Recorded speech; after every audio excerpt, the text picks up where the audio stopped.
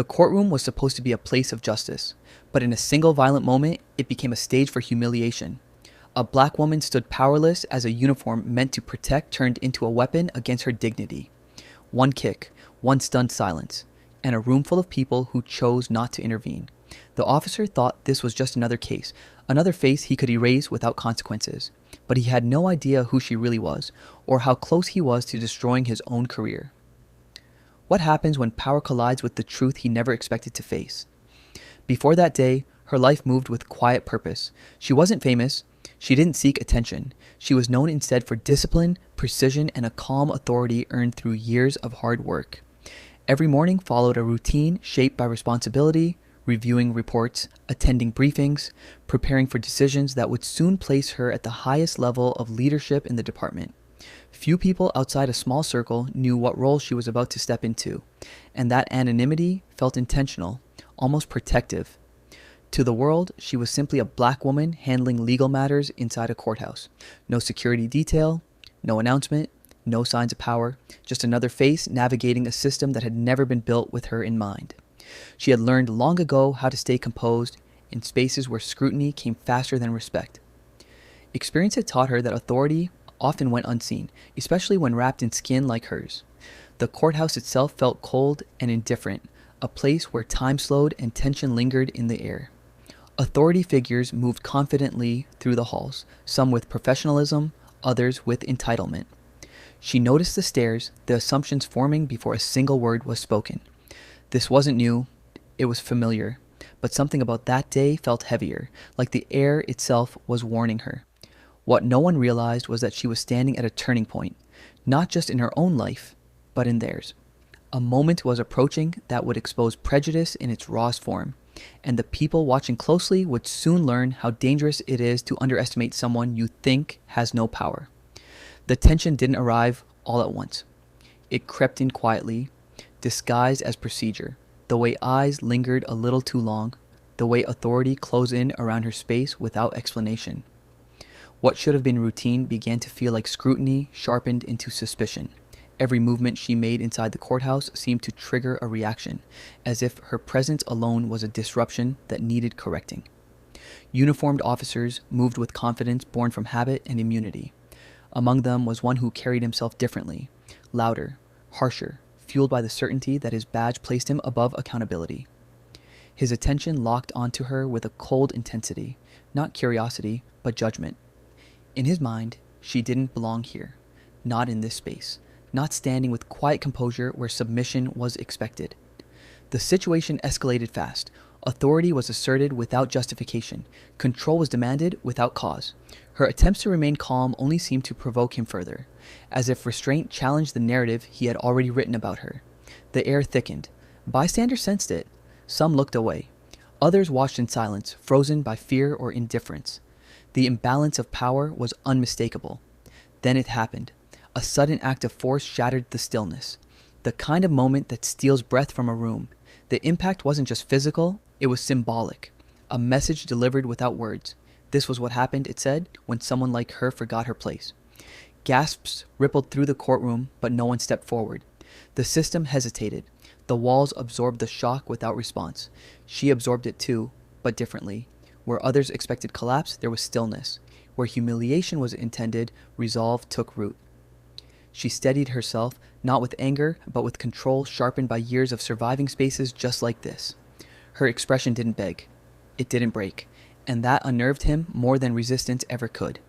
His confidence flickered, just briefly, as if some instinct warned him that this moment wasn't unfolding the way it was supposed to. Still, he pressed on. Authority doubled down when questioned by nothing but her presence. Papers were checked, names were reviewed, procedures suddenly mattered. The room waited, uncertain, as if everyone felt the ground shifting but didn't yet know why. Something was unfolding beneath the surface, something bigger than a single act of cruelty. Behind the scenes, systems were already moving. A name carried weight far beyond what anyone in that room imagined. Records aligned, timelines collided, and with every passing second, the truth edged closer to the surface. The officer stood firm, convinced he was untouchable, convinced this would end like it always did. But he didn't see what was coming. He couldn't imagine that the woman he had just tried to erase was about to become the most powerful figure in his professional life. And when that reality finally revealed itself, everything, his authority, his certainty, his future, was about to freeze in place. The shift happened in a heartbeat. What began as unchecked authority suddenly collided with reality. A senior court official stepped forward, documents in hand, urgency cutting through the stunned silence. The atmosphere changed instantly, like a storm breaking without warning. Eyes moved from the officer to the woman he had just overpowered, and for the first time, hesitation spread across faces that had previously looked away. Her name was spoken aloud, not loudly, not dramatically, but with weight. The room seemed to inhale all at once as recognition set in. Titles followed: appointment, dates, confirmation. Each detail landed like a blow, stripping the officer of his certainty piece by piece. The badge that once gave him confidence now felt heavy, almost fragile. His posture stiffened, his movement slowed. The authority he had abused moments earlier drained from him in real time. This wasn't just a misunderstanding. This was exposure. The woman stood steady, her composure unshaken, even as the truth reshaped the room around her. She had endured the worst of it without revealing who she was, without demanding protection, without using power as a shield. And now, that restraint spoke louder than any protest ever could. The injustice wasn't hypothetical anymore. It was undeniable, documented, witnessed. The officer froze, not out of remorse, but fear. Fear of consequences he had never imagined facing. Fear of accountability in a system he believed would always protect him. Around him, silence turned uncomfortable.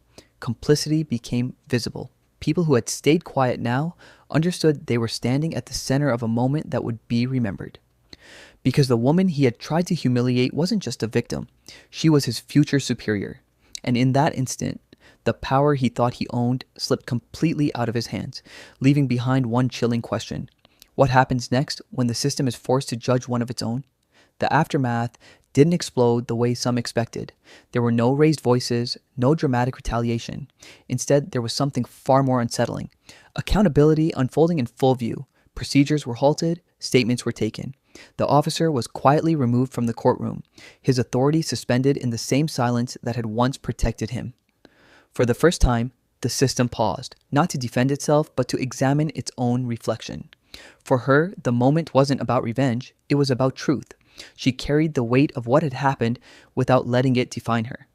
In the days that followed, her appointment became official, and with it came a responsibility larger than any title. She didn't step into leadership as someone untouched by injustice, but as someone who had faced it head on, in its rawest form, and survived with dignity intact. The incident sent shockwaves through the department. Policies were reviewed, training was questioned, conversations that had long been avoided were forced into the open. Some called it an isolated event.